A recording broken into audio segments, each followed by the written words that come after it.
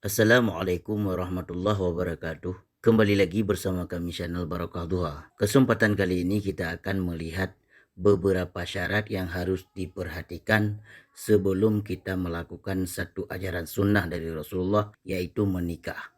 Karena ini memang sangat diperlukan supaya tidak terjadi hal yang tidak diinginkan. Karena kalau nikah kita tidak dianggap sah dalam agama, bisa jadi tidak sampai tujuan yang dilakukan oleh agama itu sendiri. Bahkan kemungkinan besar bisa terjadi kejadian yang sangat-sangat tidak diharapkan oleh kedua pihak. Misalkan perselingkuhan antara mertua dan menantu. Sebenarnya kalau kita lihat dari segi sudut pandang agama, kalau nikah itu benar-benar disetujui oleh syar'i, maka tidak akan terjadi kejadian yang hal demikian. Kecuali memang betul-betul dari iblis dan godaan syaitan yang sangat membabi buta.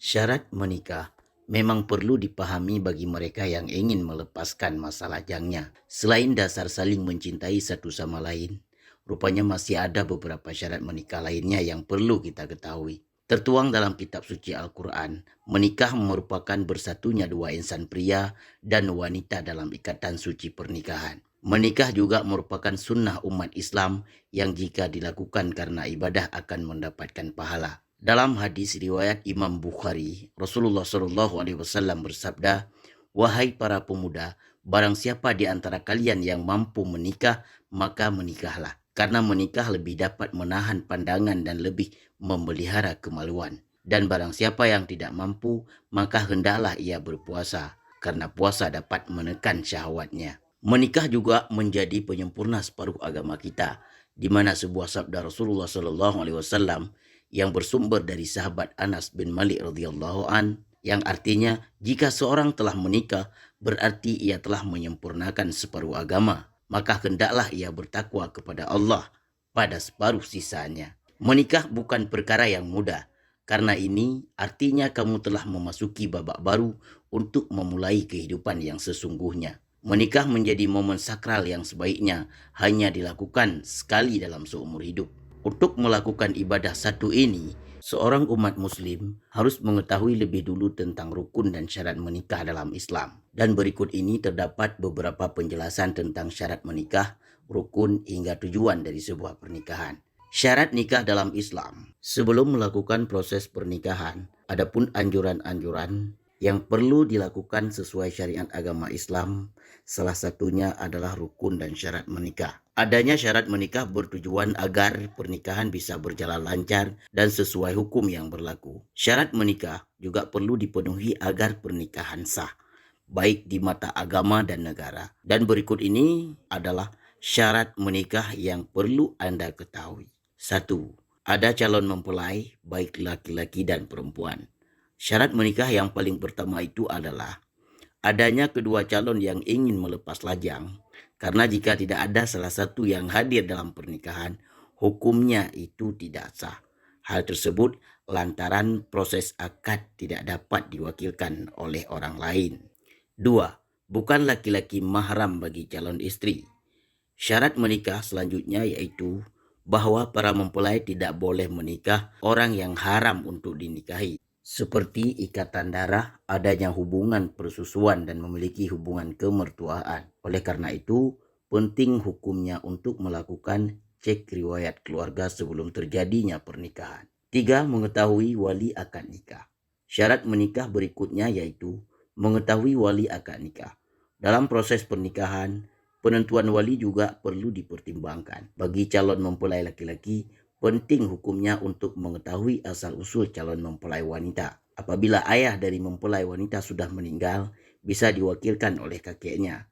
Wali nikah pihak wanita antara lain ayah, kakek, dan saudara dari garis keturunan ayah.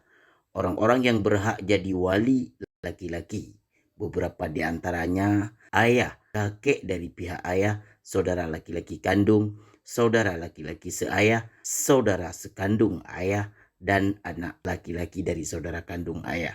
Pada syariat Islam, adapun wali hakim yang bisa menjadi wali dalam sebuah pernikahan, meskipun diizinkan, penggunaan wali hakim ini tidak boleh sembarangan. 4. sedang tidak melaksanakan haji. Seorang muslim yang sedang melaksanakan ibadah haji tidak diperkenankan untuk melakukan pernikahan seperti yang tertera dalam hadis. Seorang yang sedang berihram tidak boleh menikahkan, tidak boleh dinikahkan, dan tidak boleh mengkhitbah. Hadis riwayat Muslim. Yang kelima, bukan karena paksaan. Sangat jelas, dasarnya syarat menikah yaitu saling mencintai antara dua insan. Tidak boleh seorang janda dinikahkan hingga ia diajak musyawarah atau dimintai pendapat. Dan tidak boleh seorang gadis dinikahkan sampai diminta izinnya. Hadis riwayat Al-Bukhari dan Muslim. Saat memutuskan untuk menikah, faktor yang terpenting itu tidak ada paksaan dari pihak manapun.